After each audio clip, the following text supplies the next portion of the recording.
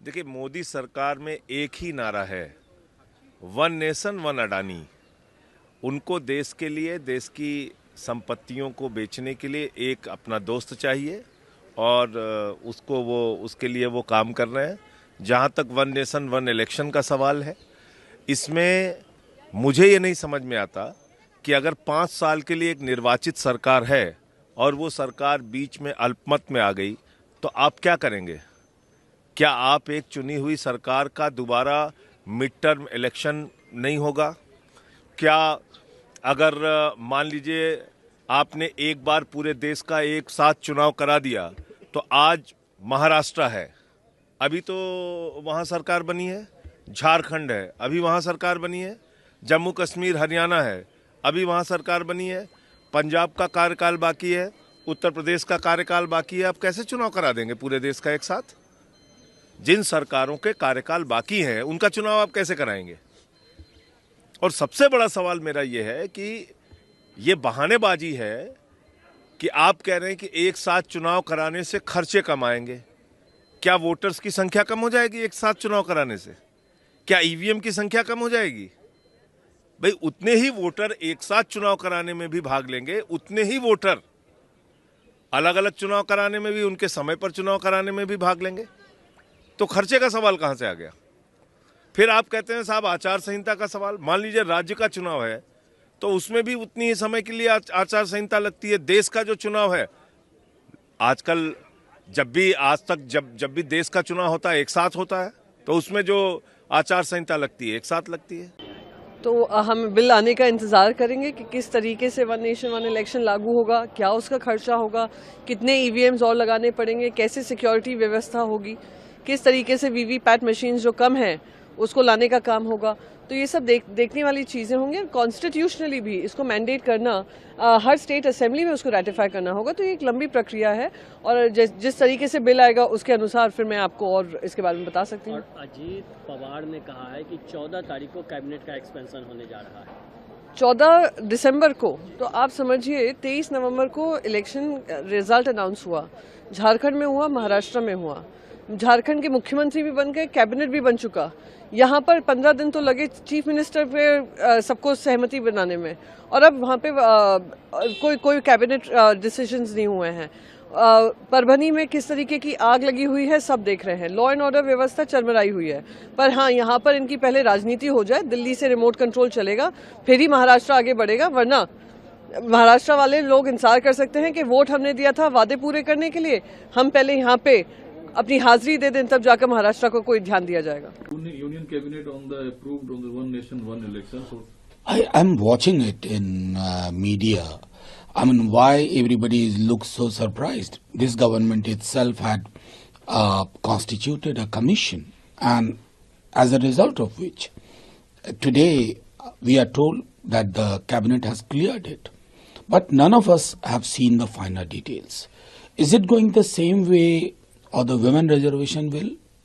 Because this undated thing, after delimitation, when shall be the delimitation? Not sure. When is the census scheduled? Nobody knows about it. Whom to ask? And then certain fundamental concerns remain. We are waiting for the finer details. What shall you do if in spite of your best of effort, because we had one nation, one election till mid-60s, what happened subsequently? Those issues should be factored in. Would you topple would you allow if the government falls midway, what shall be the mechanism? Will it be run by the governor, which is a proxy to the central government? These are the kind of concerns which trouble us, trouble entire India. So let's wait for the finer details, the final blueprint of this, and we'll be able to respond much more coherently subsequently. कुछ और रास्ते की तरफ जा सकते हैं, JPC demand आप लोग? देखिए, एक तो वैसे भी एक कमिटी से ज्यादा एक ओपन कंसल्टेशन तो जेपीसी में होती है, लेकिन वो सारी चीजें तो तब जब हम मसौदा देखें। मसौदा हमने नहीं देखा। उस मसौदे को देखने के बाद एक व्यापक चर्चा होनी चाहिए कि देश की प्राथमिकता में ये कितना है, क्या कुछ और मुद्दे हैं जो इससे ज्यादा महत्वपूर्ण हैं और उसको सरकार बैक बर्नर पर डाल रही है ताकि जो समकालीन जनोन्मुख मुद्दे हैं उस पर लोग सवाल न पूछ लें। ये सर कब आ रहा है और कैसा? देखिए, ये आना चाहिए। जैसे आप उड़ीसा में देखिए, एक साथ चुनाव हुए और आपको बार बार चुनाव में जाना नहीं है, लेकिन हमारा प्रदेश में वन नेशन वन इलेक्शन नहीं है। अभी हमने लोकसभा चुनाव किए, दोबारा अभी विधानसभा चुनाव करना पड़ता है और जो साल भी आप लोकसभा या विधानसभा चुनाव करते हैं, लगभग पूरा साल में कुछ डेवलपमेंट का काम नहीं होते हैं। तो इसीलिए प्रधानमंत्री जी चाहते हैं वन नेशन वन इलेक्शन हो। हम लोग इसको पूरा समर्थन करता हूं और मेरा मानना है कि ये भी जो अमेंडमेंट है, कॉन्स्टिट्यूशनल अमेंडमेंट है, प्रधानमंत्री जी इसको भी स्वीकृत करवा ही ले। 2027 में होगा आपका तो अभी। देखिए, हमारे तो चुनाव जैसे 2026 में है। अगर कोविंद जी का जो रिपोर्ट है, वो रिपोर्ट अगर स्वीकृति मिल जाते हैं तो 2029 में हमारा चुनाव दोबारा होगा। जैसे सरकार खाली 3 साल के लिए बनेगा, फिर 5-5 साल के लिए बनेगा, लेकिन ये जो अमेंडमेंट है इसको पास करवाना पड़ेगा लोकसभा राज्यसभा में विथ 2/3 मेजोरिटी। तो प्रधानमंत्री जी करेगा जरूर। सब कांग्रेस के सदस्य आज गए थे चेयरमैन साहब के ऑफिस में और उनसे कह के आए कि आज आप देख लें, नड्डा साहब जितनी देर बोले उनका समय देख लें, आप देवगौड़ा जी का समय देख लें, वो सब 15 मिनट, 10 मिनट, 12 मिनट, और जब लीडर अपोजिशन आपकी परमिशन से बोलने खड़े हुए तो 1 मिनट भी नहीं। सारे जो तथ्य हैं वो आ जाते हैं सरकार के, हमारे नहीं आते। हम उठाना चाहते हैं, बार बार उठाना चाहते हैं कि जो 2300 करोड़ रुपए की रिश्वत दिया है अडानी ने मोदी सरकार में बैठे लोगों को, जो संभल में दंगा हुआ है, जो मणिपुर में इस समय पूरी तरीके से failure of the complete law and order है, हम उठाना चाहते हैं मजदूरों की बात, हम उठाना चाहते हैं किसानों के साथ जो जुल्म हो रहा है वो हमें उठाने नहीं दिया जा रहा है। तो हम ये बात स्पष्ट रूप से आप शिकायत के रूप में हम अनुरोध पूर्वक दर्ज कराने आए। सर, कैबिनेट एक देश एक चुनाव को लेकर अप्रूवल दे दिया है, क्या कहेंगे? ड्राफ्ट आने तो दीजिए, बिना ड्राफ्ट आए देखे क्या कहना है। लेकिन मैं समझता हूं कि अगर उसमें कोई बात तर्कपूर्ण नहीं है, उचित नहीं है, तो विपक्ष उसे होने नहीं देगा। हम एक चीज तो समझ सकते हैं कि उससे समय बचेगा, पर हम ये नहीं समझ पा रहे कि 1.5% GDP कैसे बढ़ेगी, जो तर्क दिया है कोविंद जी ने।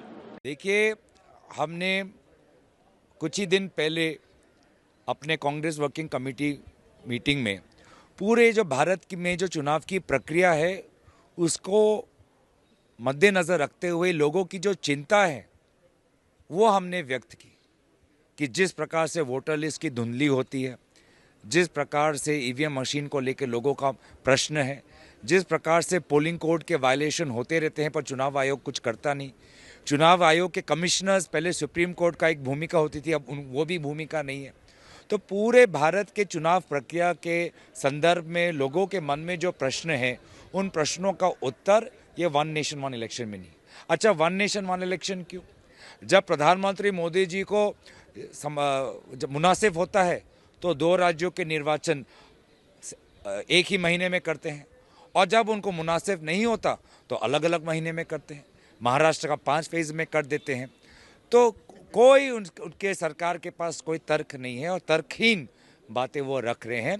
मैं वापस कहता हूं कि चुनाव प्रक्रिया को लेकर आज देश के मन में बहुत गंभीर सवाल है। उन सवालों का उत्तर सरकार को, चुनाव आयोग को और हम सभी को मिलकर देना चाहिए। गर्मियों की छुट्टी होने वाली थी, मेरे पापा आने वाले थे, तो हम लोग सभी खुश थे। तो मैं बेड पे चढ़ के डांस कर रहा था, लेकिन वो पहले ही आ गए। फ्रीज तो मैं उस समय तो कंटिन्यू नहीं कर सकता था, तो फ्रीज फ्रेम टाइप का हो कसम गया। पैदा कर